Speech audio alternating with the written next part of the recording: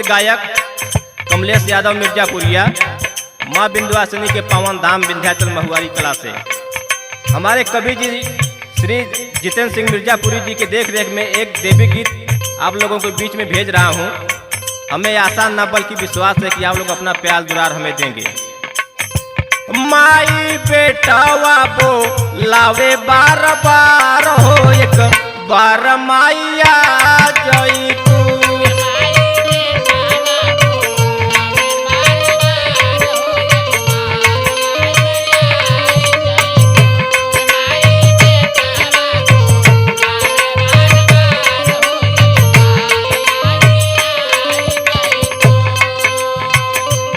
माई बेटावा बो लावे बार बार हो, एक बार माइया गई तू।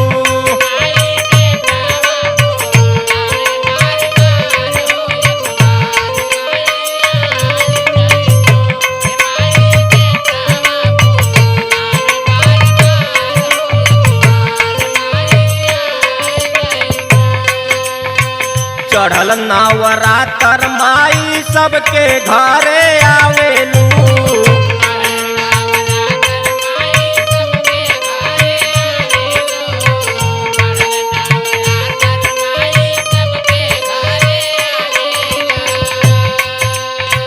सुधिया हमार माई काहे तू भूलावेलू।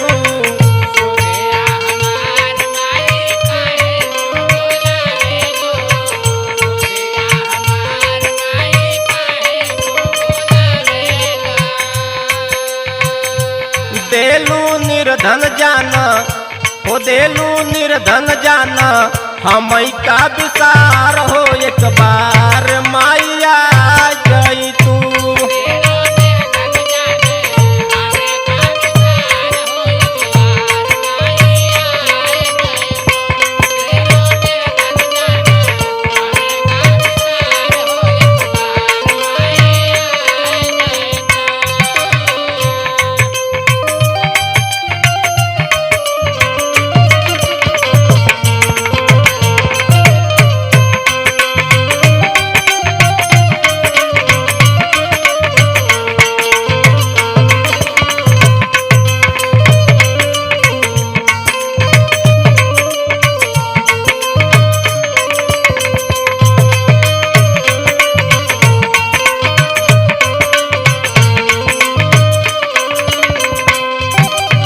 रहिया निहारा तानी नजर बिछाई के,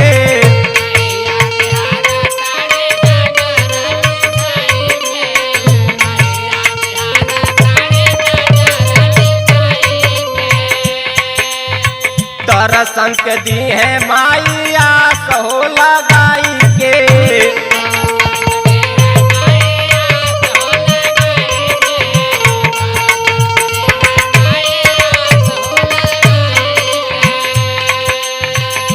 कलसा रखले बानी हो, कलसा रखले बानी माई हम तोहार हो, एक बार माइया जई तू।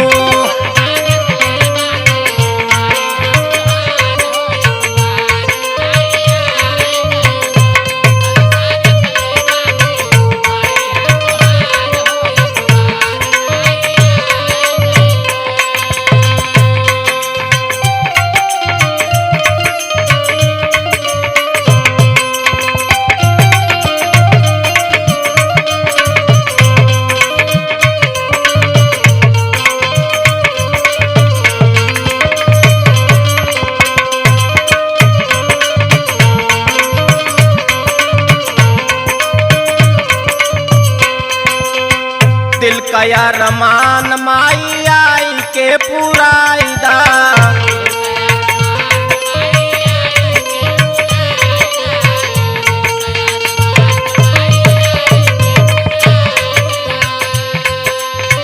जितेंद्र कवि का माई भगिया जगाईदा।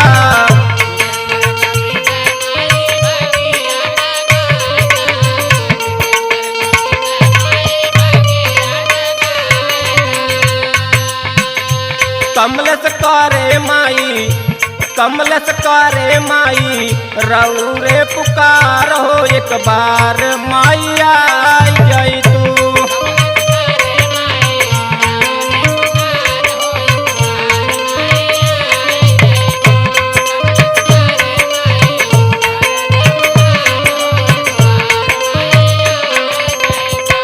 माई बेटावा वो लावे बार बार हो, एक बार माई